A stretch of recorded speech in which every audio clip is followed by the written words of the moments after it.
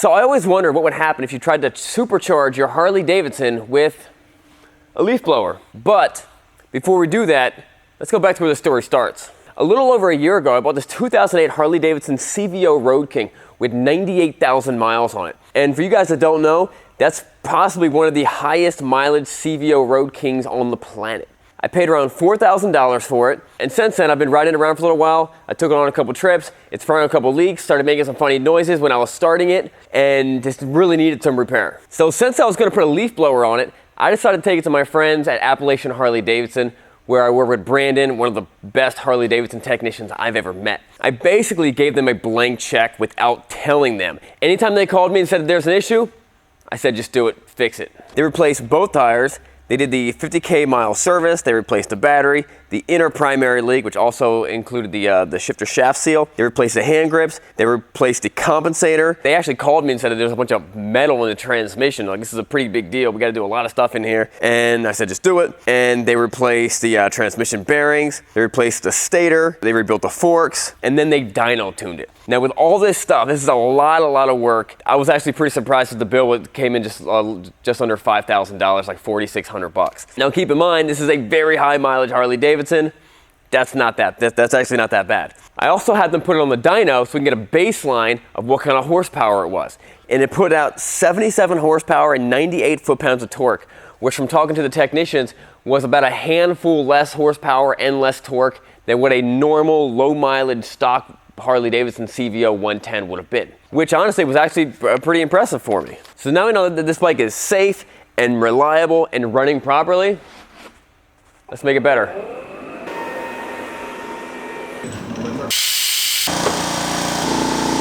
All right, so you guys all know Craig the mechanic. All right, so we already have a forced induction intake. You need some type of forced induction intake to have pressure to send the air directly into it. We already have one of those, we already have it installed. The one idea is to put it on my back. He had the leaf blower thing on my back. In that case, we have to send this thing out in a way it's not in my leg. The other idea would be to put the leaf blower on the tank, and then I would have direct access to the controls up here on my left hand. Let's just dive into it. Let's figure it out. Let's do it.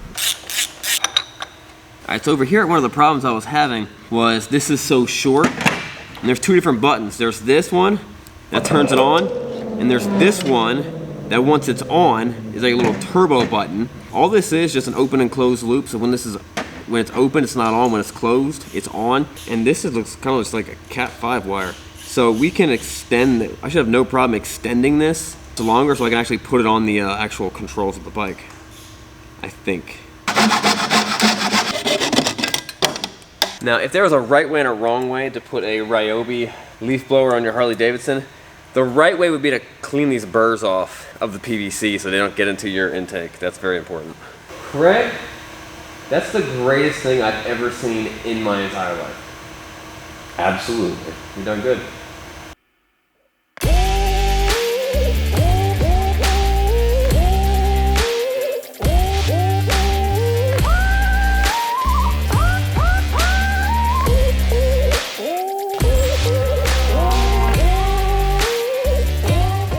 Guys, this is the 2008 Harley-Davidson CVO Road King electric supercharger from Ryobi. We also got everything from Home Depot. This whole kit costs less than $350. We printed that on the printer a couple minutes ago, and to be honest, it's the coolest thing I've ever seen. Now, instead of having a backrest, you have a nice chest rest to give your chest that extra, just kind of lean yourself on. It also has a boost gauge, and the best thing about it is because it's not a turbocharger or a supercharger, it's an electric supercharger that has no parasitic drain on the actual motor. It's got its own battery, 40 volt lithium ion, 5 amp hours. It actually has spots for 2 batteries. So if you wanted to buy a second one to go that extra distance, bam, plug it right in, either side you want to. Now, the way we set this up, you got the button to turn this thing on over here, but then there's also a what they call turbo boost button that'll last for only 2 minutes long. So once you press this, come over here, press the turbo boost button, amps up the boost. Now this Ryobi can do 625 CFMs, 145 miles per hour. Yo, does this feel like 145 miles an hour to you? Yeah, it does. Does it feel like that to you? How much faster does that make the bike? Let's go find out. All right, so the bike's actually riding pretty normal. It's actually the first time I've ridden it in probably 4 months, and it feels awesome since I've had all the everything's done in the condensator and all that stuff that I don't know what it's doing. It's running great. Let's see if I can feel any difference. I need a little more room.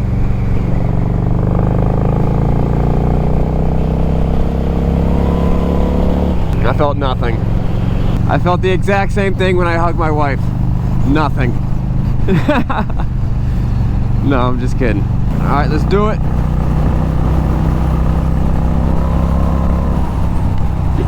I need a little more room. What I need to do is do it in like top gear.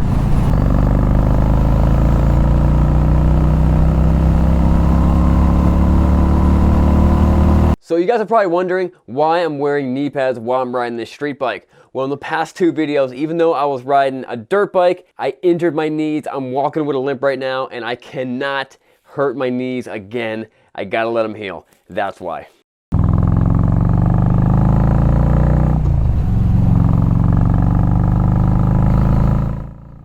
So I had huge expectations for this leaf blower electric turbo. I had dreamed of all the races it would win and how it would convince my wife to fall in love with me for the first time. But it didn't. And she didn't. The bike wasn't any faster. Now, there's a lot of variables to consider when doing forced induction. One, how much boost is it running? You know, is it getting enough fuel? Is the computer able to handle these types of modifications? You know, I'm sure with more money, more knowledge, and more time, someone could make this work. But the question is, do you really want to? I was so frustrated that we spent half the day working on this, and why isn't it working? So then I gave my buddies a call at Trask Performance. They're the leading experts in forced induction systems for Harley-Davidsons. When I told them what was going on, they said, "We think we have a solution for you."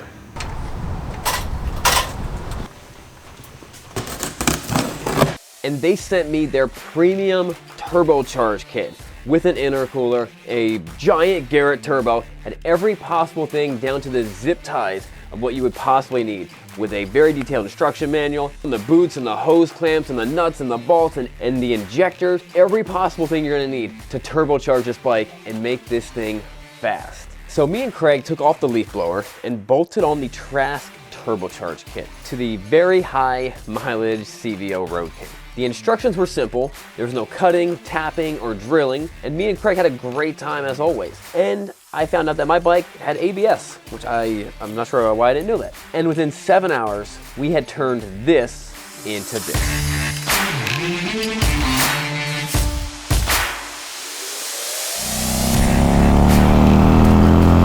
So this is my 2008 Harley-Davidson CVO Road King boosted with a Trask Turbocharged kit on it.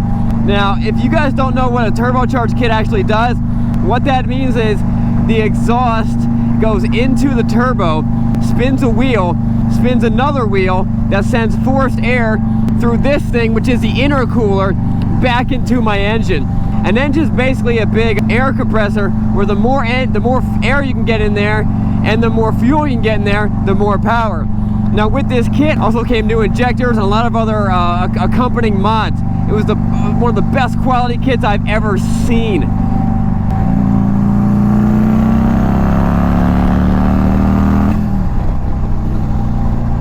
All right, so when I first got this thing up and running, it wasn't running right. I was kind of disappointed.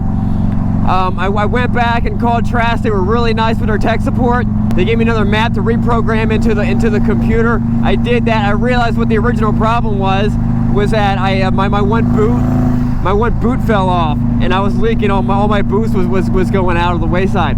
So what we just compared was the cheapest possible way to turbocharge your bike, and this is the best way to turbocharge your bike. This was the most quality product I've ever seen. Everything came in the kit and had very clear instructions. This is 100% like a completely different bike. It blows me away. So I will be taking this bike to the dyno to see what kind of power it actually puts down to the wheels. The best thing about this thing is the fact that you compare this to the other big modifications such as tire shredder kits and 120R motors, things that you could do on a Harley-Davidson that are pretty expensive, but they basically make the bike unrideable on the street. It turns your bike into a drag race bike. This bike is tame at the lower RPMs and is perfectly rideable, but at the higher RPMs and when you want to get on it, it just flies. Guys, don't forget to subscribe and click the notifications. We have a lot more fun videos coming out for you guys every Friday. There's one more thing I gotta do. I'm gonna go run a 0 to 60 and see what this thing does. Also, subscribe to the SRK Cycles channel, where we're gonna get a little more detailed into this bike and the turbocharged kit and do a little more in-depth test drive.